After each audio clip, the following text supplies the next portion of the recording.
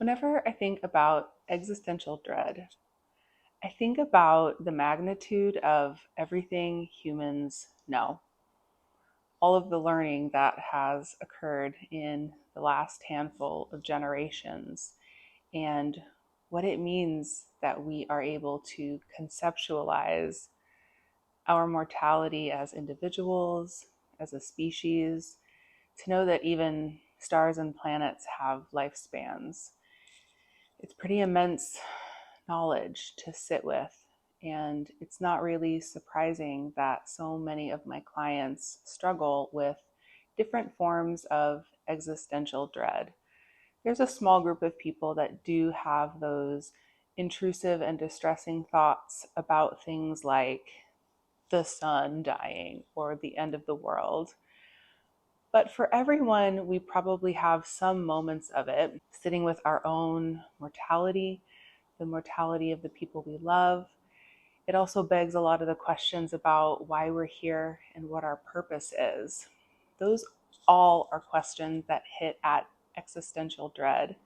And at the root of it is how hard it is to know how much we don't know, to know how much we can't control, to lack certainty, and to face the impermanence of all things.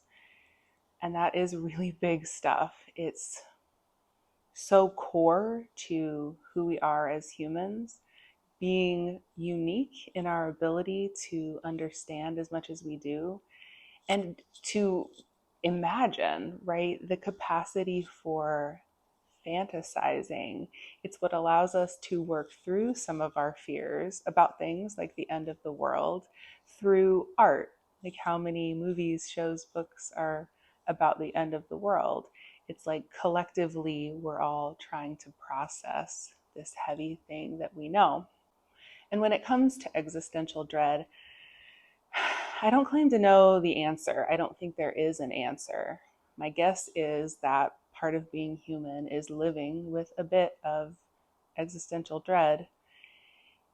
And yet I find myself thinking about a concept in therapy that comes up a lot, which is finding balance between what we face or don't face and what we hold or release. It's often a dance trying to get folks to face more of the things that they'd rather avoid and to release more of the things that they want to hold very tightly to. And existential dread fits well into that because if we refuse to face it entirely, we kind of lose the ability to be present, to find gratitude and grace, to really be present in our lives and aim to experience as much as possible. It's really the knowledge that we're not going to be here forever that can reground us in prioritizing the things that really matter. And when we hold too tightly, spend too much time in a worried, fearful place about all of the things we can't know with certainty, all of the things we can't control, and the inevitable truth that hard things will happen.